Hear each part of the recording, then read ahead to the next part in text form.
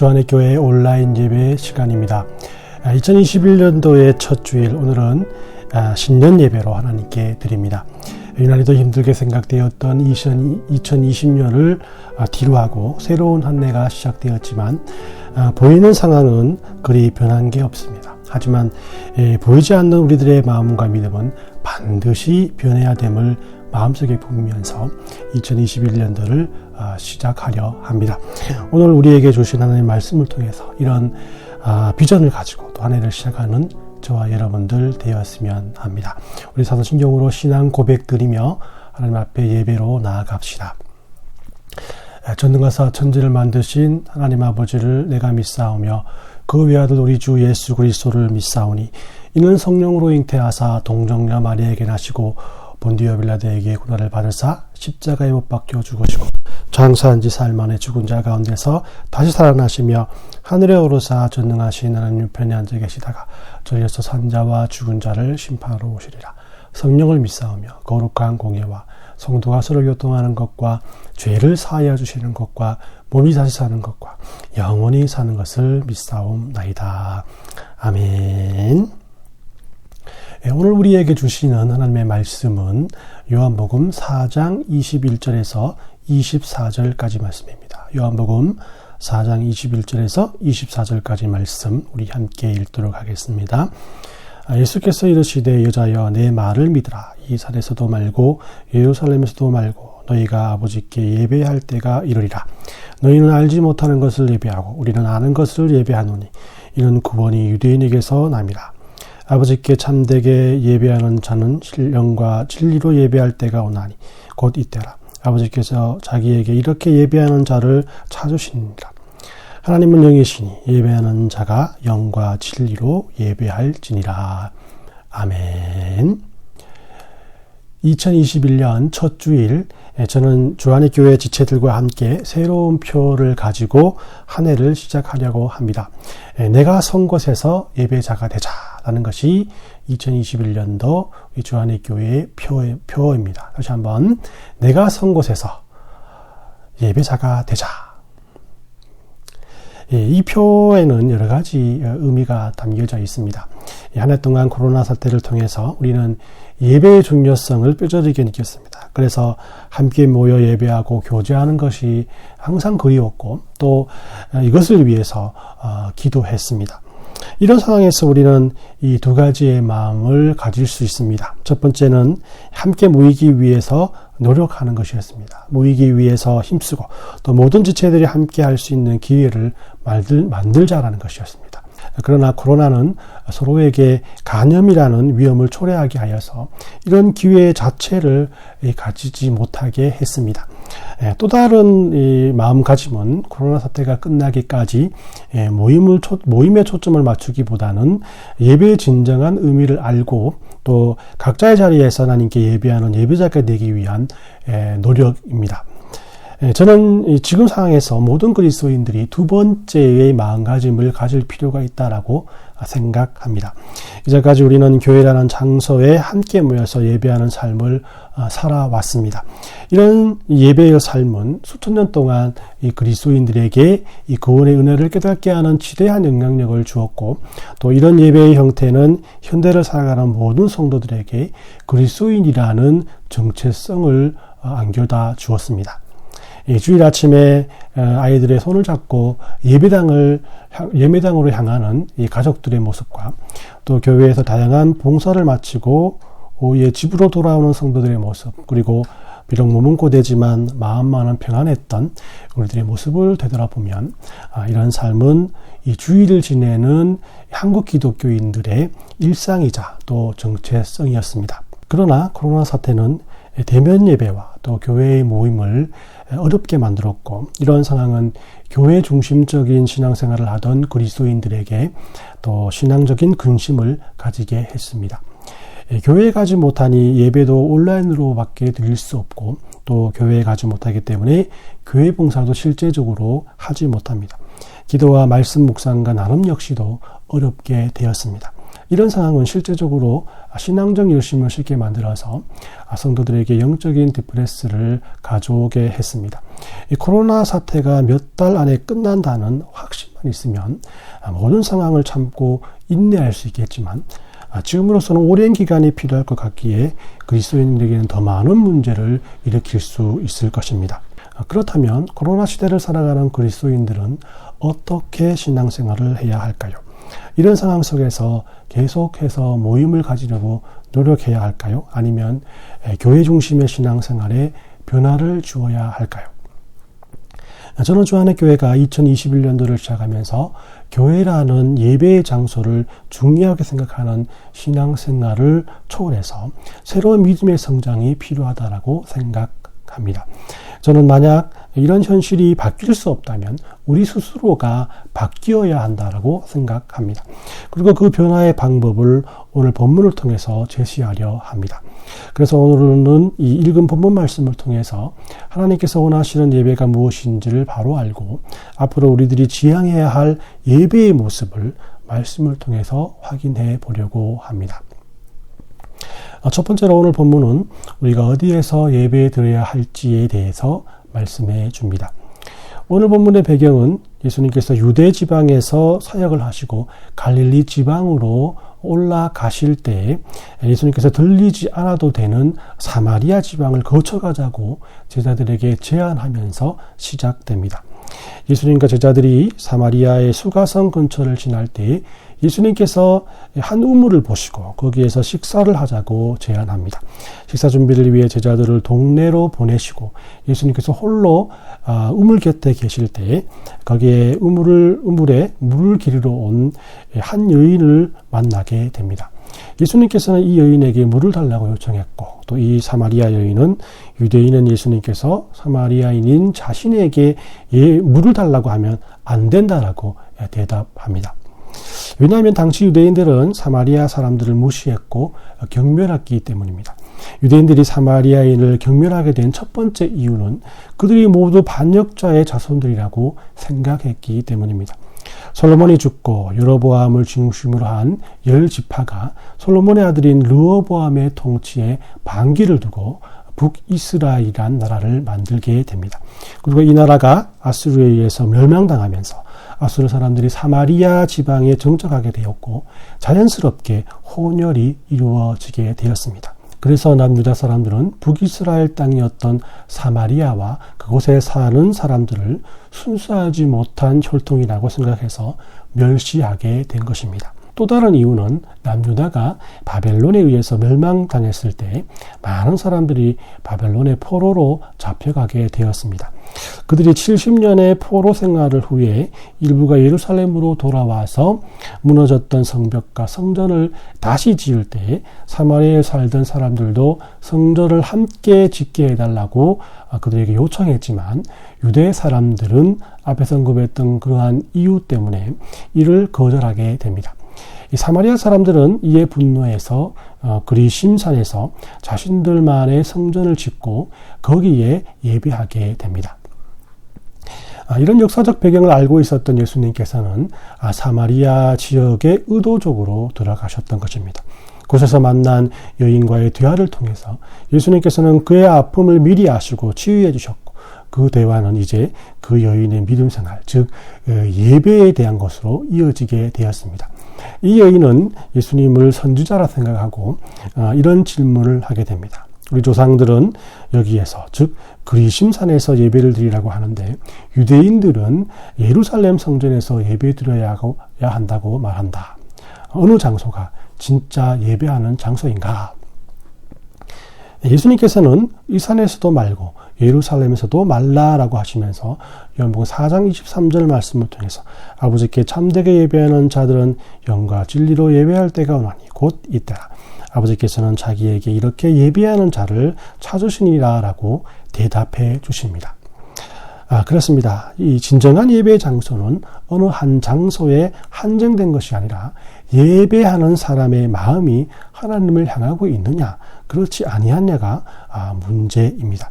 예수님께서는 어떤 특정한 장소에 믿음이 초점이 맞추어진 당시 모든 유대인들에게 새로운 때가 도래하고 있음을 여인과의 대화를 통해서 말씀합니다. 23절에 예배할 때라는 표현은 이전과 이후를 나누는 중요한 전환점이 되는데, 예수님은 자신이 이 땅에 오심으로 예루살렘이냐 그린심산이라는 이 전통적인 예배 시대를 끝내고 장소에 상관없이 하나님께 예배하는 시대가 오게 되었다라고 말씀하고 있는 것입니다. 이 코로나 시대를 살아가는 모든 성도들은 예수님의 이런 말씀에 귀를 기울여야 합니다. 예배는 드리는 장소가 중요한 것이 아니라 하나님을 향한 마음을 가졌느냐, 그렇지 않느냐가 중요합니다. 이 주안의 교회 표 중 내가 선 곳이라는 뜻은 여러분들이 서 계신 여러분들의 삶의 장소가 바로 예배하는 장소라는 뜻을 가지고 있습니다. 신약시대의 예배는 원래부터 이렇게 장소가 특정된 예배가 아니었기 때문에 우리들이 지금까지 낯선 예배라고 생각했던 온라인 예배가 어쩌면 예배의 의미를 잘 살린 예배의 형식이라고 할 수 있을 것입니다. 그러기에 예수님을 믿고 하나님께 예배하라는 믿음을 가진 사람들이 있는 어디라도 예배의 장소가 될 수 있습니다. 이런 생각들이 우리에게 낯선 이유는 우리가 흔히 말하는 성전이라는 단어 때문입니다. 교회를 성전이라고 많이 부르는데 저는 이 말을 그리 좋아하지 않습니다. 성전, 즉 거룩한 장소는 하나님께서 임재하시는 특정한 장소를 의미하는데, 따지고 보면 하나님께서 임재하시겠다고 우리에게 약속하신 예루살렘 성전만이 성전이란 뜻을 가진 장소가 되는 것입니다.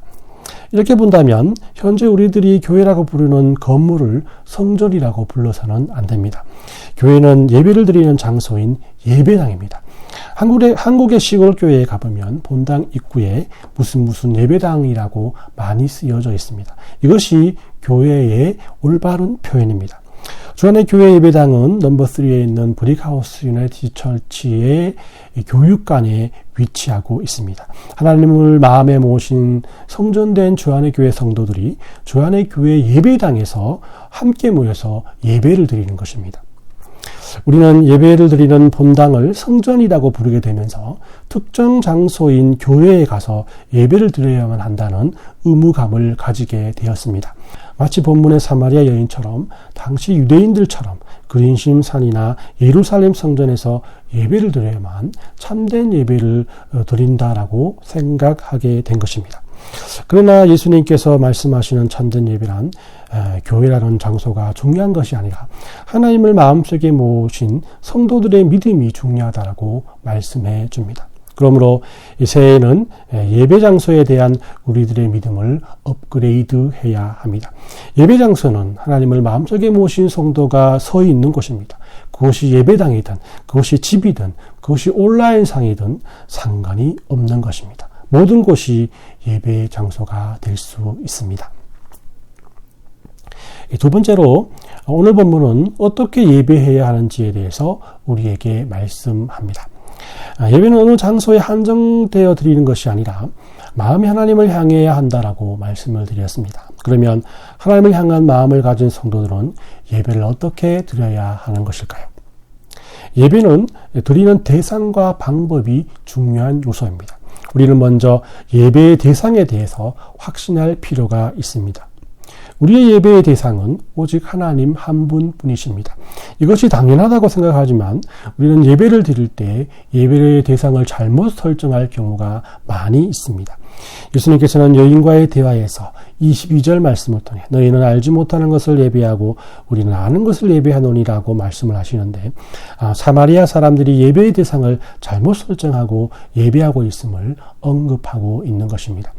사마리아 사람들은 참된 성전이 예루살렘이 아니라 그린심산이라고 강조하기 위해서 아브라함이 아들 이삭을 제물로 드렸던 곳이 그린심산이라고 강조했습니다. 그리고 모세가 출애굽하여서 제일 먼저 제단을 쌓고 희생드린 곳이 신명기 27장 4절에 의하면 에발산이라고 말하는데도 불구하고 사마리아 사람들은 그린심산이라고 가르치면서 이것을 신성화시켰습니다. 사마리아 사람들은 예수님의 말씀처럼 하나님을 예배하지 않고 또 알지 못하는 예배를 했습니다. 즉 하나님께 예배하지 않고 자신들의 필요를 채우기 위해서 예배를 이용한 것입니다. 우리들의 예배의 대상이 하나님이시라는 것은 우리에게 가장 중요한 요소입니다. 그분은 천지 만물을 창조하시고 다스리는 창조주 하나님이십니다. 모든 이들을 심판하실 심판주 하나님이십니다. 그리고 무엇보다도 우리에게 독생자 예수님을 아무런 대가 없이 주셨던 사랑의 하나님이십니다. 우리는 그 거룩하신 분의 초청을 받아서 오늘 이 시간도 예배드리고 있습니다. 어느 한 사람도 하나님이 부르시지 아니하면 하나님께 예배드릴 사람이 없습니다. 그렇기 때문에 우리는 예배드리는 대상이 하나님 한 분뿐이시라는 믿음으로 예배에 나가야 합니다. 히브리서 11장 6절 말씀에 믿음이 없이는 기쁘시게 못하나니 하나님께 나아가는 자는 반드시 그가 계신 것과 또한 그가 자기를 찾는 자에게 상 주신 이심을 믿어야 할지니라. 모든 성도들은 예배의 자리로 나올 때 오직 하나님께만 예배하기 위해 나와야 합니다. 나의 필요를 채우기 위해, 내가 하나님께 위로받기 위해, 나의 평안한 삶과 미래를 보장받기 위해서 예배의 자리에 나와서는 안 됩니다. 오직 하나님께만 예배하기 위해 나오는 자들을 보시고 하나님께서 기뻐하셔서 우리에게 위로를 주시고 또 평안한 삶과 미래를 보장해 주시는 것입니다.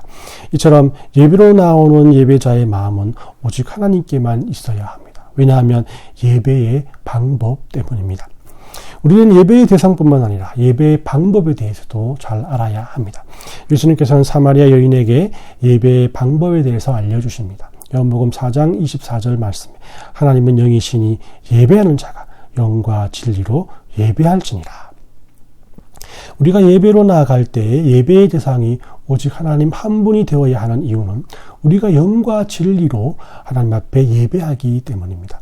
하나님께서 영이시기 때문에 우리는 하나님 앞에 영으로 나아가야 합니다. 우리가 욕심을 마음에 품고 예배로 나아가면 예배를 통해서 하나님을 만나지 못합니다.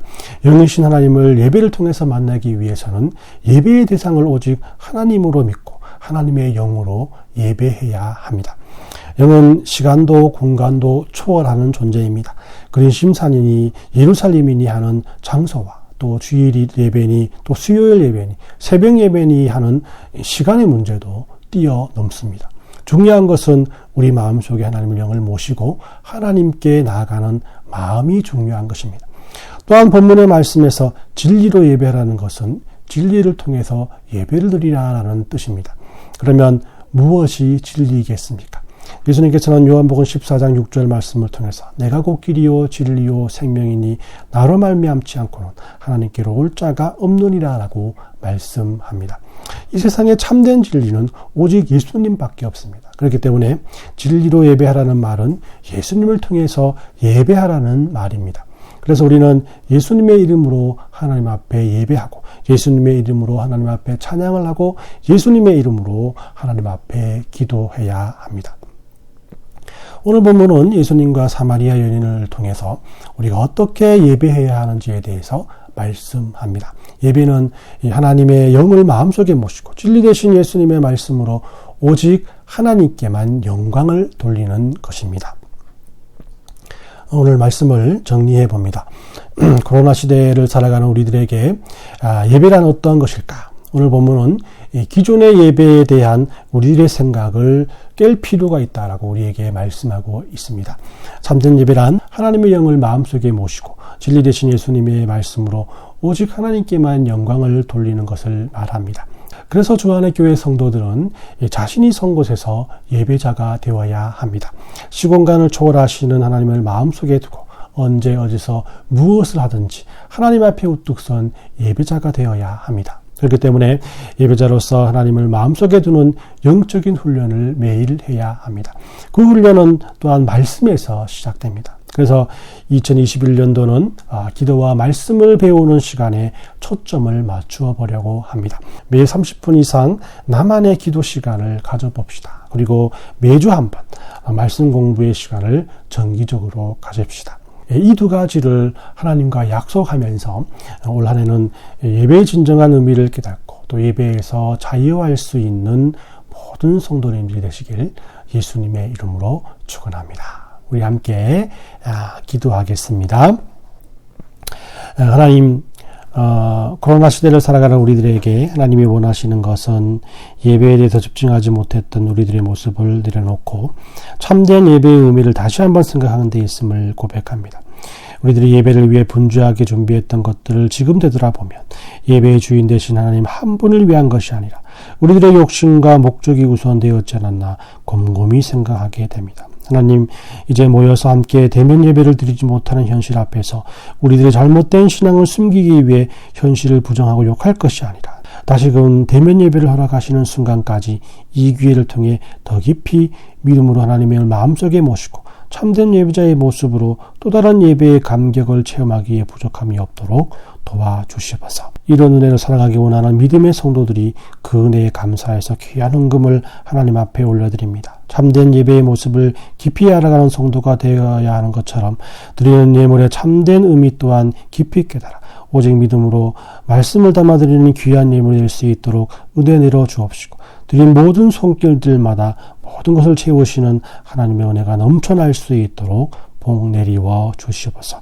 오늘 기도와 말씀 공부에 대한 결단을 하나님 앞에 올려드립니다. 우리가 게으르지 않도록 하나님께서 힘주시고 흥미를 잃지 않도록 많은 은혜를 내려주셔서 비록 두 가지의 약속들이지만 이 기회를 통해 더 많은 것을 얻고 체험할 수 있도록 인도해 주시옵소서. 이 모든 것을 하나님께 의탁드리오며 걸어가신 예수님의 이름으로 기도 올리옵나이다.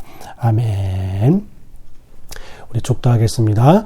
지금은 우리 주 예수 그리스도의 은혜와 하나님 아버지의 사랑하심과 성령의 교통하심이 오늘 참된 예배의 의미를 깨달아 하나님께만 예배드리기 원하는 모든 성도들의 머리 위에와 가정과 직장 가운데 그리고 이번 주간에 생일을 맞는 홍성우 성도님의 머리 위에와 또한 주안의 교회를 위해서 변함없이 섬기시는 모든 하나님의 지체들 머리 위에 지금으로부터 영원까지 함께 있을지어다.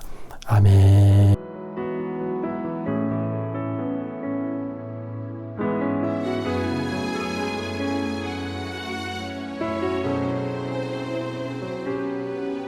내가 선 이곳이 주를 예배하도록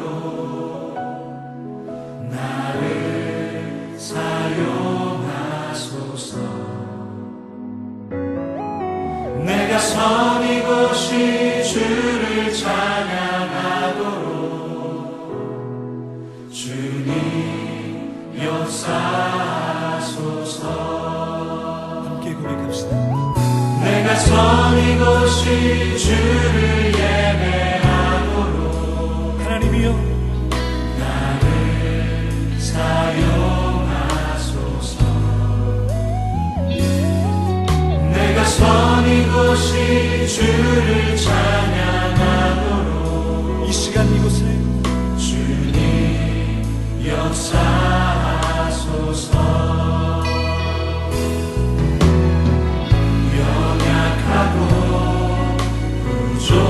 부족하오니 나를 강건케 하시고 우리에게 하늘문을 여시사 성령으로 충만케 하사 나를 예배자로 세우소서.